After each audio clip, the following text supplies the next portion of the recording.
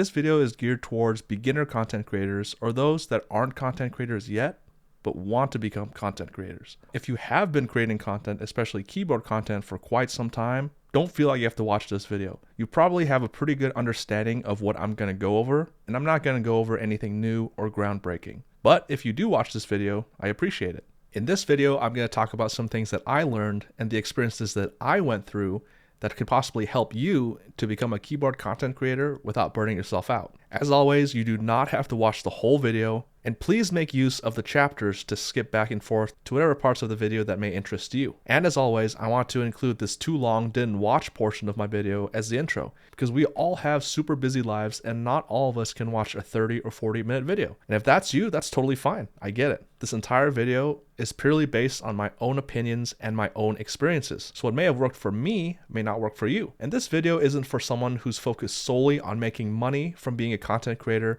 or sustaining themselves financially. This video is not going to go over how to get the most likes, views, or subscriptions as well. There's no foolproof strategy on how to become a keyboard content creator without burning yourself out, but hopefully my experiences and the things that I'll talk about will be helpful for you. And don't forget, at the end of the day, you should always think about creating what you enjoy. Just keep creating content. If you like making videos or if you like writing articles, keep doing what you're doing. It may not be perfect and you may not have the most ideal pieces of equipment to do so, but effort and consistency goes a long way. And as always, don't forget to take breaks when needed. Unlike those that depend on keyboard content creation to either sustain themselves financially, this is just a hobby for us. So if you do need to take a break, or you do want to focus on other things besides keyboard content creation, that's totally fine. Again, there are more important things to life than making keyboard content or keyboards in general. It's never worth it to have other aspects of your life become negatively impacted by keyboards or content creation in general. The keyboard hobby is dead. Have you heard this recently? Especially for those who were in the hobby during 2019 to 2021, it does make sense why someone may tell you that the hobby is dead nowadays. When you compare the number of interest checks, group buys, items, and people in general during that time frame to today, there are drastically fewer of those four things. Does this mean that the state of the hobby is worse than before? Well, that's a topic for another time, but there's an aspect of the hobby that is much different these days versus back then. Content creators and content creation in general. With many keyboard content creators choosing to either pursue other interests or quit content creation in general, if you're an aspiring keyboard content creator, you may wonder if it's smart to put yourself out there and try your hand at it, especially nowadays. There's absolutely nothing wrong with taking a break to focus on other things, whether it be voluntary or involuntary, and like Neil Young sang about, it may very well be better to burn out than fade away, but let me be the first to tell you that there's never been a better time to become a keyboard content creator. Yes, it's just my opinion, and you may disagree with me, which is totally fine, by the way. But if you were to ask me, the opportunities nowadays are endless. And if you have even a hint of curiosity about becoming a keyboard content creator, I say go for it. But how do I get started? What do I do? What things should I avoid? Whether you're trying to kill time at work, need to pretend to be watching or listening to something, or are genuinely interested, allow me some time to explain. And feel free to just listen to this audio of this video and not pay attention to the video itself, because it will just be me talking versus actual footage that you should watch. I do want to say that I appreciate all of you first and foremost. Whether you spend 30 seconds or 30 minutes consuming my content, I truly am thankful. We are all very busy and we have more important things to do than listen to me going on about keyboard content creation. No matter how much time you spend listening to my content, I want to say thank you. You are the reason why I love creating content, and you all are what makes this hobby great. Without further ado, let's get to the disclaimer portion of this video. Unless it's absolutely not applicable, I usually have a disclaimer portion to my articles or videos. Why? Because I sometimes forget that when I'm consuming content, it's just one person's opinion.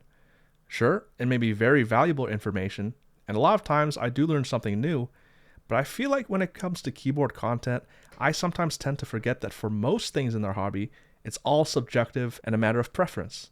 And I think it can be very helpful to remind ourselves of this and not take anything too seriously. Maybe it's a video about the best budget endgame board that's come out in 2025, or the next Jane killer, or the next best Switch. At the end of the day, don't forget that the most important thing in this hobby, besides making financially healthy decisions, is your enjoyment. If you enjoy a QK60, a Neo 60 doesn't mean that your QK60 is rendered obsolete. If you enjoy Cherry MX switches, you don't have to stay up to date with the latest and greatest switch offerings. If someone says that a board or keycap set that you like is absolute trash, that doesn't mean that you shouldn't be enjoying that board or keycap set. Remember, you're the one that's enjoying the hobby. When it comes to becoming a keyboard content creator without burning yourself out, do know that these are just my opinions. I feel as though that my experiences may help, or I wouldn't be recording this video, but I also know that each of us have a different set of circumstances and experiences. What may be feasible or work for me may not be something that works for you. I have no doubt that you can do the complete opposite of what I say and still make it work, because there are so many factors that go into content creation and so many metrics to use to determine what you, yourself, consider to be indicative of success. Just know that it's okay to go about things a different way if at the end of the day, you're enjoying your content creation journey and you haven't burnt yourself out. If something I say is helpful, I'm glad. If not, I still appreciate the time you spent listening to and watching my video. Also, I may sound like a broken record, but I want to remind everyone that I'm not sponsored by any brand. I don't get paid to talk about any specific item or software, and I don't get any sort of kickback from products that I do mention. My words are my own. No one's told me what to say, and this is truly what I believe. I will never have sponsors, and I will never have affiliates. What is a keyboard content creator? Simply put, a keyboard content creator is someone who makes keyboard content. Yeah, I know, that's kind of duh. But it's basically expressing yourself through some sort of medium by sharing keyboard-related topics or items with the world. Articles, YouTube videos, pictures, you name it. If you're sharing something keyboard-related, you're already a keyboard content creator. And I used to think of content creation the same way as I thought about social media. And to this day, I try to have zero social media presence when it comes to my personal life. Although I do have a brand of Hubert the Mad that has some social media presence, but that's about it. For me, I used to look down on it. I didn't look down on others who were content creators themselves. I just didn't think that I'd have any interest in the concept at the time. I thought to myself, who cares what I think? Am I really so egotistical that I feel like other people want to hear what I have to say and that I have to put out content? But when I stopped to think about what it meant, at least to me, keyboard content creation was a way that I could help my friends who were in the hobby, specifically designers, get their name out. It was also a way to give back to the community that had been and continues to be so great to me. When I was young, I wondered why someone would want to be a teacher. I remember being a brat when I was in kindergarten, and my teacher at the time probably had her hands full trying to corral a bunch of unruly kids while simultaneously trying to impart some sort of wisdom to make us better people. Teachers all have their reasons about why they become one, of course, but I realized that a big reason was to give back and help the future generation. What better way to say thank you to someone or an institution like a school than to give back, especially with your own time and effort? Yeah, of course, money and donations is all well and good, but the most valuable commodity that we have in life is time. We can't get more of it. I was taught at a young age that the biggest way to say thank you or to show love was to spend time passing on knowledge or trying to make the world a better place than you left it, regardless of scale. And who knows, you could be changing the world one act at a time with your generosity. So when it comes to being a keyboard content creator, I don't care about views, subscriptions, making money, or any accolades that may come from it. I simply want to help my friends and the community as a whole by passing on the knowledge and experiences that I have. Maybe it'll help some people. And yes, views can help grow your platform in order to help or get the word out there at a larger scale, but I firmly believe that if you're genuine and truly passionate about what you do and how you do it, helping even one other person or getting the word out there about a project that your friend's working on so it reaches someone else that may be curious about it, will eventually lead to that growth organically. And remember, if you want to help 100 people, you always got to start with one. Could you determine whether you're a successful content creator purely by views, subs, or how much money you make?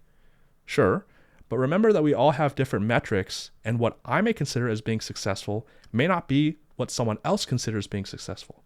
Is there anything wrong with wanting to sustain yourself financially through keyboard content creation? Of course not. But there's a reason why this video that I'm recording and that you're listening to is not titled How to Make a Living or How to Make a Lot of Money Being a Keyboard Content Creator. It's about how to become a keyboard content creator without burning yourself out. That brings me to the next section of this video, which is the fear of failure. There are some people who absolutely despise motivational speakers or motivational talk. There's not one foolproof method or mantra that will work for every single person every single time, or may be helpful to every single person, because we all look at things differently, and what resonates with me may not resonate with you. So I'm going to be very careful here, because the last thing I want to do is to have this end up as some kind of self-help video or make it seem like I have all the answers for all the problems you may encounter. But again, this is what's helped me and what I experienced.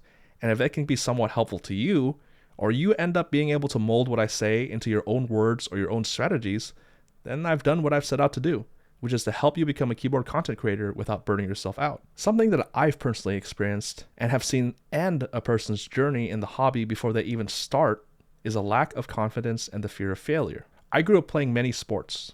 Some were somewhat forced upon me by my parents to keep me out of trouble, or so they didn't go crazy with having to deal with kids 24/7. And some I forced upon myself. Football, or soccer as it's known in the US, American football, basketball, baseball, tennis, wrestling, boxing, track and field, you name it. I probably played or participated in it at some point in my life. But for the sports or activities that my parents didn't sign me up for, I always had this barrier that I had to overcome first. It was a fear of failure coupled with asking myself, why me? It's natural to be afraid to participate in something or to create something, especially if it's a new experience. I remember when I first started boxing in high school, I tried to come up with excuses or reasons not to go to training. I was scared. What if someone knocked me out? What if I got concussed and I had brain damage for the rest of my life? What if I looked like an idiot? What if I didn't like it?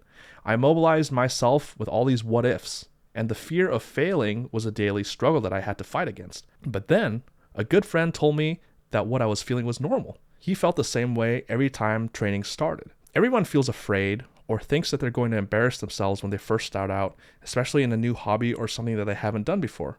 However, if we give up before we even give it a go, especially if it was something that we're interested in, we'd never get anywhere in life. Fear of failure may result in you never asking out that girl or guy that you had a crush on. You'd never try new things. You'd never travel to new places. You'd never learn new skills. You never apply to the colleges that you've been wanting to go to. And you'd never even apply for the job that you wanted, and so on. You know those sayings like the first step is the hardest? Yeah, I thought that was a bunch of nonsense. For me, however, I realized that I was the type of person who would always have to fight against my fear of failure, and that the first step really was the hardest when it came to new experiences. I realized that failure didn't necessarily mean being turned down for me. It changed how I thought about failure, meaning not giving it a go or trying in the first place. I realized that I could live with being rejected or not getting that job or being admitted to that college that I wanted to go to. But the thing that gnawed at me and that I constantly thought about was whenever I was scared to try something or to do something. Don't be scared of failing when it comes to keyboard content creation. Why not you?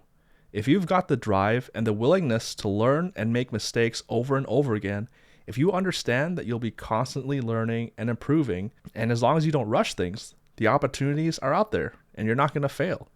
If you have even an ounce of interest when it comes to creating keyboard content, stoke that flame. Does that mean you have to stick with it if you end up not liking it? Of course not. But even if you stop, that doesn't mean that you failed, because you've tried. You've done something that's to be commended. My son read Teddy Roosevelt's Man in the Arena speech for speech class last year, and in that speech, there's a very famous excerpt that I'll share here. The man in the arena. It's not the critic who counts, not the man who points out how the strong man stumbles, or where the doer of deeds could have done them better. The credit belongs to the man who is actually in the arena, whose face is marred by dust and sweat and blood, who strives valiantly, who errs, who comes short again and again, who spends himself in a worthy cause, who, at the best, knows in the end the triumph of high achievement, and who, at the worst, if he fails, at least he fails while daring greatly, so that his place shall never be with those cold and timid souls who neither knew victory nor defeat. Now, I don't know what he actually meant to say, and maybe there's a deeper meaning behind this part of the speech, but what I got out of it and what my son got out of it was that it takes guts to put yourself out there. Whether someone makes fun of you or applauds your effort or doesn't even care, the fact that you decided to participate versus having the fear of failure stop you from attempting to create keyboard content should give you immense satisfaction. And I, for one, respect you for taking that leap if you do so. So don't let the fear of failure stop you from becoming a keyboard content creator. If you want to give it a go, if you feel strongly about it, full steam ahead. All right, let's actually get into the meat and potatoes of creating content. For me, motivation comes and goes. I'm not going to be motivated every single day or have the same level of energy or excitement every single second of every day. It's normal to not want to work on your next article or video, or to take a break from creating content and just enjoy the hobby at your own pace. Remember, this video isn't about how to make money or sustain yourself financially from the content that you create. This is about enjoying keyboard content creation without burning yourself out. So go at your own pace. It's a marathon and not a sprint. And unless you have specific deadlines to meet or people depending on you, don't feel like you have to do something that you don't want to do. Now, when you do land that first opportunity to review something and you have a deadline, obviously you'll want to be professional and stick to the dates. But starting from scratch, unless you already have a foot in the community or know someone or are coming from another hobby or you have a fan base already, you won't have to worry about deadlines or people waiting on you. Take this time to figure out what you enjoy. Be creative, try new things, and add more tools to your toolbox. The more you learn and the more skills you pick up, the less burnout you may encounter since everything's so new and it's just a blast to learn about things. Maybe you realize you absolutely love taking pictures, and that's great. Continue to do that. Then maybe you decide you want to see what all the fuss is about when it comes to reviewing items. Give that a go as well. Then perhaps you can put it all together by reviewing items and taking fantastic pictures in various environments, creating a beautiful and valuable album for others to look at. And then maybe you want to try and create videos and even learn about mic etiquette and the pros and cons of sound tests. And you know what? You got to edit everything in order to create an end product that you're happy to share. After all that, you suddenly realize that you're a one-stop shop and someone who has many skills, even if you're still growing and learning them. Being able to create multiple forms of content, written articles, pictures, sound tests, review videos, you did it all by yourself and edited by yourself. Do you know why some people tend to burn out when it comes to content creation? One aspect is because they end up having to create content in order to sustain themselves financially, or they're obligated to do this or that. Sometimes they may end up covering something or creating content that they may not necessarily want to. And again, there's nothing wrong with making money or ending up turning your content creation hobby into your job. For me, I see this trap when you have to do things that you don't want to because you're obligated to or you have no choice because you're focusing on content creation to sustain yourself. It's like when you were young. If you were told to clean up your room, you probably didn't want to do it. But if you came to that idea organically, you probably would enjoy it more.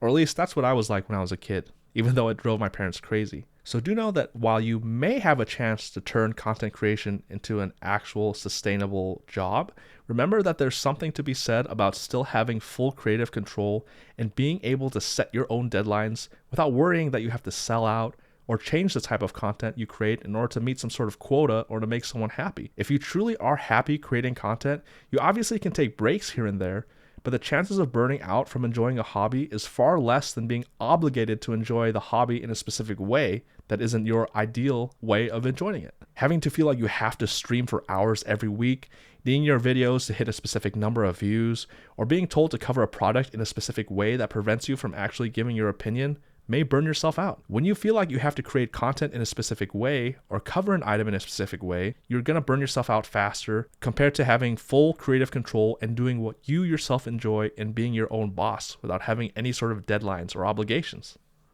Now, I again want to emphasize that this may not be what you yourself may want to do in terms of starting the process. It's just what I did. This is just what I realized would be a good way for me to start based on what I want to do and the skills, or lack thereof, that I had.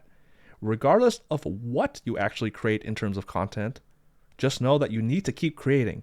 Whether it's the same type of content or other categories of content, create. I'm someone that learns by doing, and since I was young, I loved making crappy home videos and recording funny skits.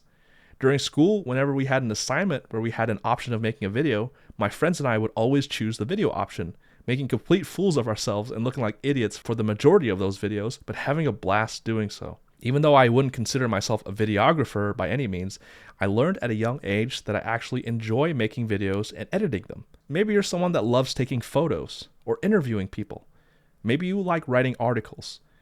Maybe you want to dabble in everything. It doesn't matter what medium of keyboard content you create. What matters when starting off is actually the act of creating said content, continuously improving your skills, learning and finding out more about what you like and what you don't, and putting in that consistent effort day in and day out is the most important thing. When you hear someone say the hobby is dead, you should instead be hearing there's opportunity out there to create content. And then go to work. Be consistent. Look at some of my first videos. They're absolutely awful. Not in just the sound test video sense, but awful in general. They were just sound tests with a broken Blue Snowball mic that I had since 2014, and I had no idea how to set it up. Did that stop me? No. Did I ever think that it was going to amount to anything? Of course not. You'll get some comments that are either constructive criticism or just criticism in general, but as long as you keep at it and continue to improve and enjoy what you're doing, that's all that matters. I may have enjoyed making videos when I was young, but it had been more than a decade since I even touched a camera or a camcorder, let alone editing software. So of course, my first pieces of content were janky, and people definitely let me know.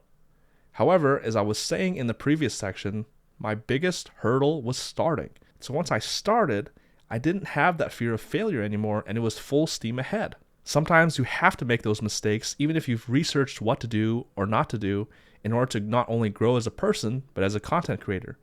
And what better way to grow than by doing, especially if you can do so with little or no money spent. For the first few years, I used a cheap 14-year-old camcorder that I borrowed from my dad. I still used a free version of DaVinci Resolve to edit, and I used Audacity for the longest time until I decided to pay for a Reaper license. And I still use Microsoft Paint and GIMP along with a bunch of other free software like OBS when it comes to videos and editing. You don't have to go out and buy the latest and greatest pieces of equipment to get started. I think that's a huge mistake that many of us make whenever we're learning something new or experiencing something for the first time. I still remember getting made fun of during middle school basketball practice for wearing Walmart Shaq shoes when everyone else had Jordans or the latest and greatest basketball shoes. The same goes for making keyboard content as well. If you've got a smartphone, you can take pictures or videos. Then pick free software to edit said picture or video if you need to edit, and go to town.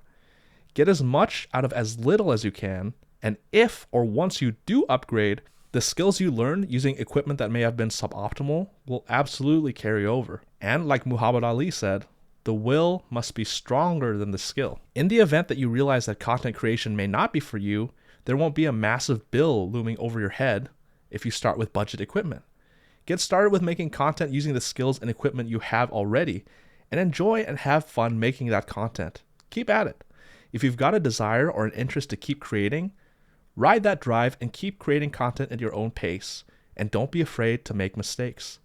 It's also more difficult to get burnt out when you're enjoying things and learning at your own pace and learning what you want to learn versus feeling like you're forced to.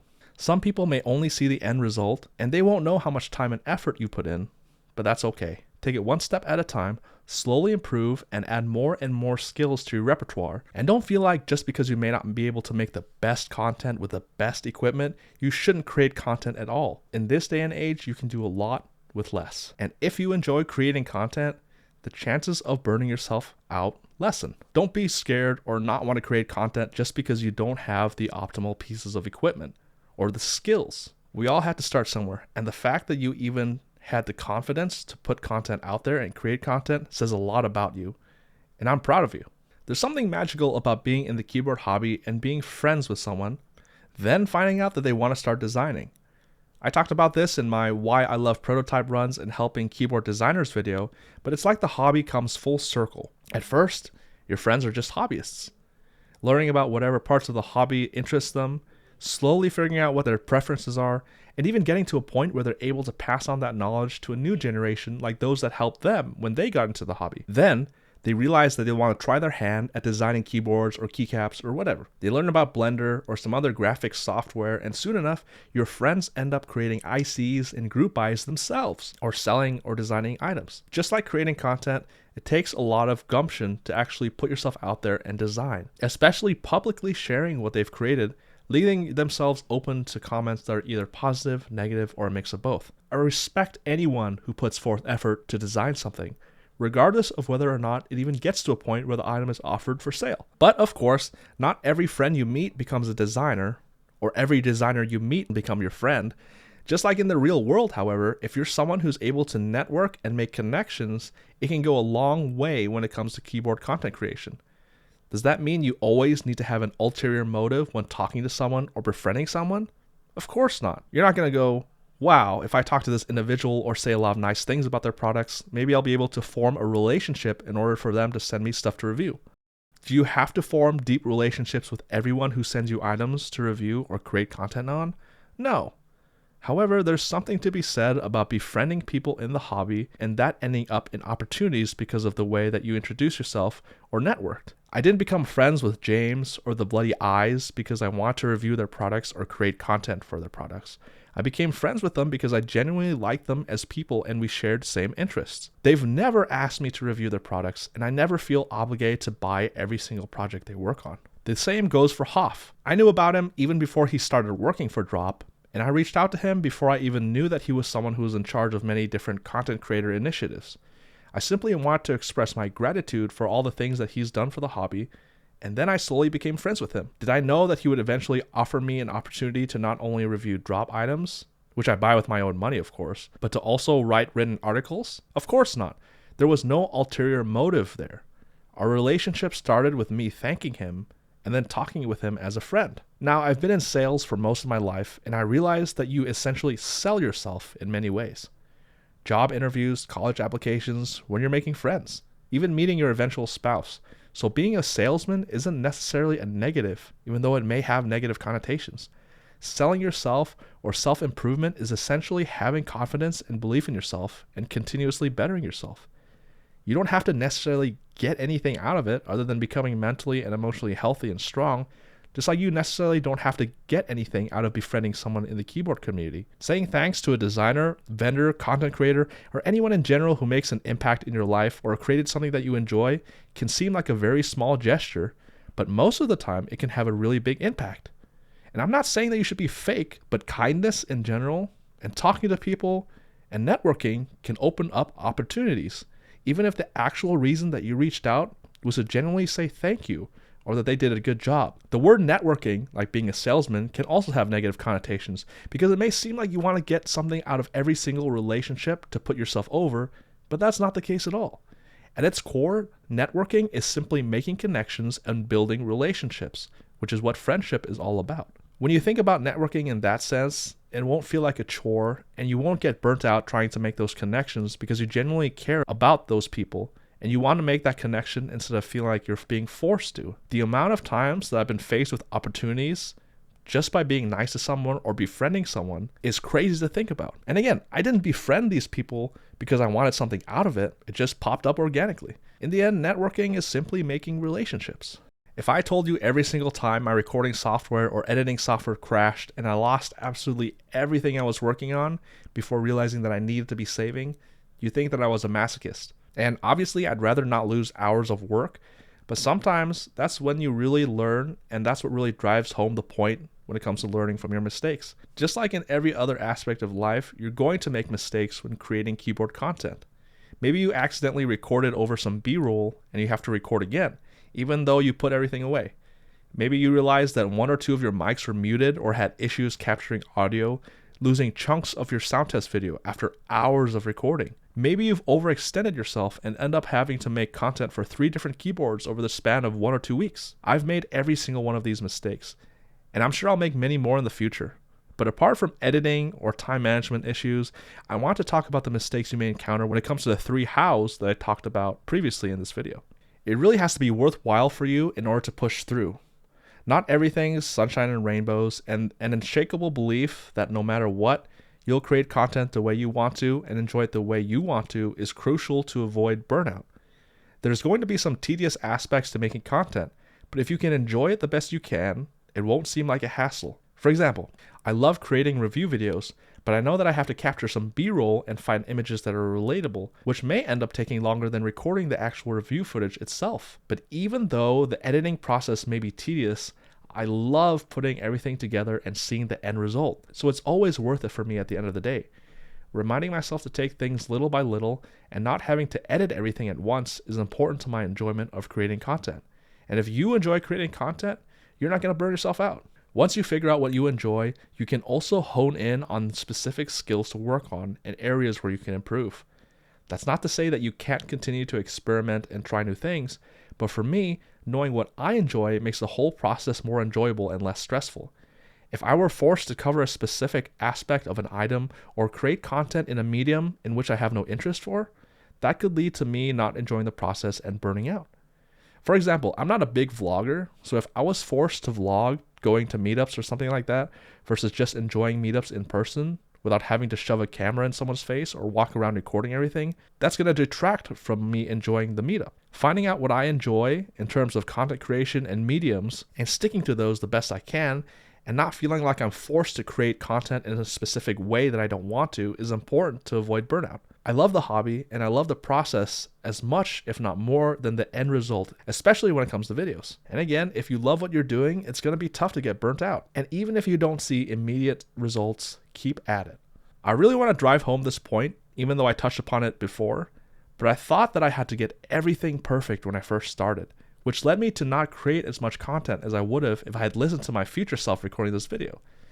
I'm not saying you can just be lazy when it comes to releasing content or creating content, but you really do learn a lot by doing, and there's no better teacher than doing it yourself. I want to emphasize editing specifically. Yes, you may have a friend who will edit your videos or content for you, and maybe you end up outsourcing some of your work or paying someone to handle your content, but I truly believe that you should at least take a stab at the whole process a few times before you think about paying money or handing off that work to someone else. Why? First of all, because of the skills that you learn. DaVinci Resolve's free software was more than enough for me to get started with, and I still use it.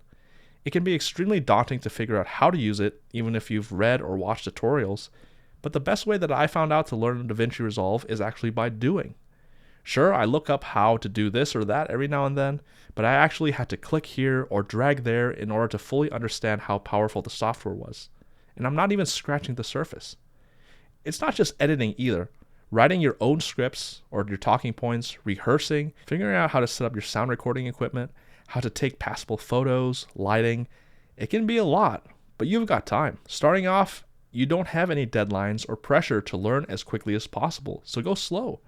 Create content and slowly improve and learn new skills as you go. You learn to appreciate the work that goes into it when you yourself are in charge of the entire process.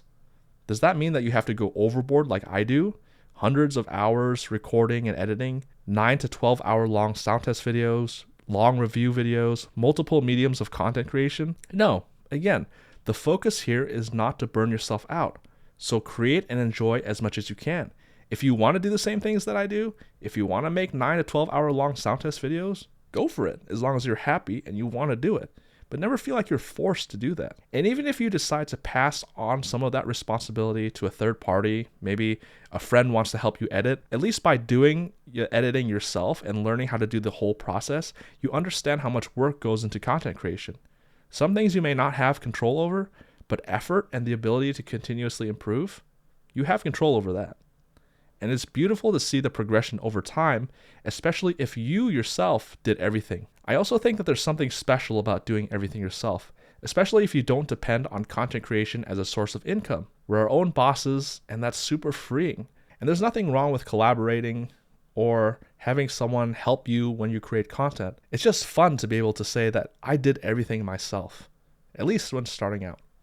Now, this doesn't necessarily impact me because I don't get things for free. I don't get paid to create content for specific items, and I don't do this for the money, and I never will. But I know that this is an issue with content creation in general, and content creators do make this mistake, so I want to touch on it. I'm going to talk about getting paid, and it's kind of controversial, but I have absolutely nothing against someone who gets free items to review or gets paid to create videos or makes a living off creating content. My issue is when people automatically assume that they're going to make money immediately. You're basically a freelance worker. You're your own boss. You have to get your name out there, and that involves doing a lot of things for free at the beginning. You can reach out to vendors or designers and show them examples of your work and make your pitch to them, and even tell them that you'd love the opportunity to cover their products for free just so you can learn to make content and help them out and expect nothing in return. And maybe you'll get lucky and score a sponsorship because of that at the beginning. Or maybe you know people right off the bat in order to get you set up with items to make content on. But that's not common. Starting off as a keyboard content creator and getting stuff sent to you right away definitely isn't the norm. You're going to have to sacrifice a little at the beginning. You'll have to continue perfecting your craft, a lot of times for free, and you'll have to work to grow those relationships and network before you see any sort of benefit coming back at you. You also may have to buy your own things to review to get your name out there. You're going to have to make some sacrifices and do a lot of things for free and buy your own items before you might even land a sponsor or be able to review items that others send you. Being willing to slowly build your brand and possibly not getting any sort of return for a while at the beginning may very well be a reality. Remember that this is just a hobby and an aspect of your life and not your entire life. The best part of being your own boss and doing it for the love of the hobby versus being forced to make content in a specific way is that you're able to control how much or how little you work on your content every single day. Don't have the energy to edit a video after work and after spending time with your spouse and or kids? Relax. Have writer's block or can't seem to come up with a new idea for a video? Take your mind off things and do something else. Realizing that you've put other hobbies on the back burner or that you need to focus on something else before coming back to a video or article? Go ahead. This video is talking about those of us that don't rely on content creation to make a living. We have the privilege of being able to take breaks and focus on other aspects of what makes life worth living, versus always having to burn the candle at both ends and spend time creating content when you should be creating memories with your friends and family. If you stay mentally, emotionally, physically, and financially healthy, the content you create will be of a higher quality compared to if you're stressed or feel like you have to always meet deadlines. I just hope that you're able to get some useful information out of this. By sharing my experiences and opinions, if I'm able to help someone, then I'm happy. After all, this is an absolute dream for me. I get to make content about a hobby that I love. And what's better than that? It's easy to be excited and passionate when you're given opportunities to be yourself, especially having a level of freedom. Remember, I'm doing this purely because I enjoy it, not because I have a goal of sustaining myself financially from content creation, and not because I want to get something out of this journey other than just helping you, the community, and enjoying myself. If you get the opportunity to live your dream, why wouldn't you make the most out of every chance you get? That's what I do. I don't foresee myself burning out anytime soon, and I think it honestly also has a lot to do with being yourself and having freedom, as well as being able to pass on useful knowledge to others and having the medium to do so. Being able to interact with you all is just awesome. And if any of you are interested in becoming content creators, please don't hesitate to do so, first of all. But secondly, reach out or comment if you have any questions about it. I'm always available to chat, whether it be in the comments section or privately through Discord. It's okay to dream big, but you have to start small sometimes. And don't wait for a perfect time to start, or you'll never start. Reach out for any and every opportunity that you find worthwhile and put yourself out there. You're going to amaze yourself at the end of the day. Whether this hobby is dead or not, there's so much opportunity when it comes to keyboard content creation. And there's more than enough opportunity out there for all of us to thrive at the same time. You don't have to put another keyboard content creator down in order to raise yourself up. And again, life is too short to not take chances. So why not you? If you want to become a keyboard content creator, I believe in you. Just remember, at the end of the day, it's all about your enjoyment. If you don't enjoy what you're doing, of course you're going to get burnt out. But if you truly love what you do, when it comes to keyboard content creation, you're not going to have to worry about being burnt out. Thanks for listening. I love you all, and catch you next time.